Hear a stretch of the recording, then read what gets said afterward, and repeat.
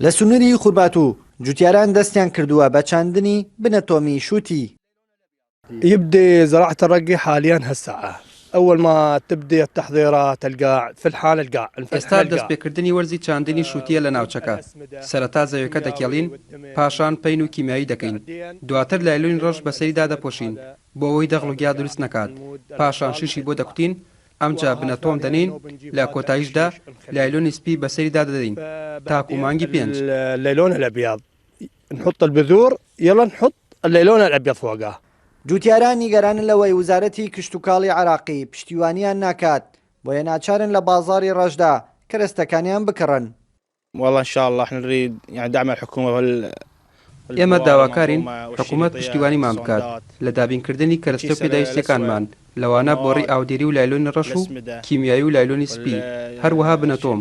پشتیوانی حکوومەت بۆمان زۆر گرنگە بەڵام تا ئێستا هیچی بۆمان دابین نەکردووە.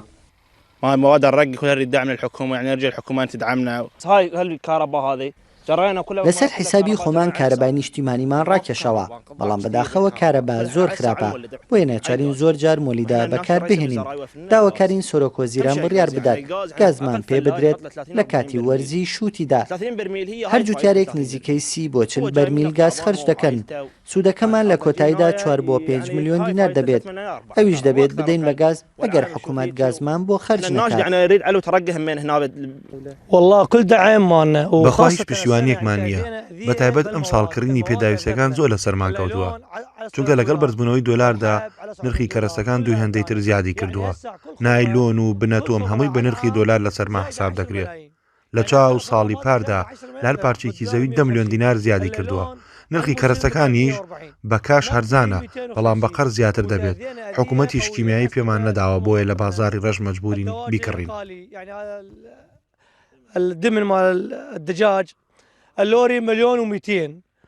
سنوورێکی فراوانی ئەرزی کشتوکاڵی لە دەوروبەری خورمات و بە شووتی دەکەنرێت لەلایەن جوتیارانی سنوورەکەوە تاکو لە مانگی 5دا بەرهەمەکانیان بخەنە بازارەوە. لە سنووری خورمات و جوتیاران دەستیان کردووە بە چاندنی شووتی لە هەزاران دۆنم زەویدا. ئەوە جێی نیگەرانیە لە لای جوتیاران.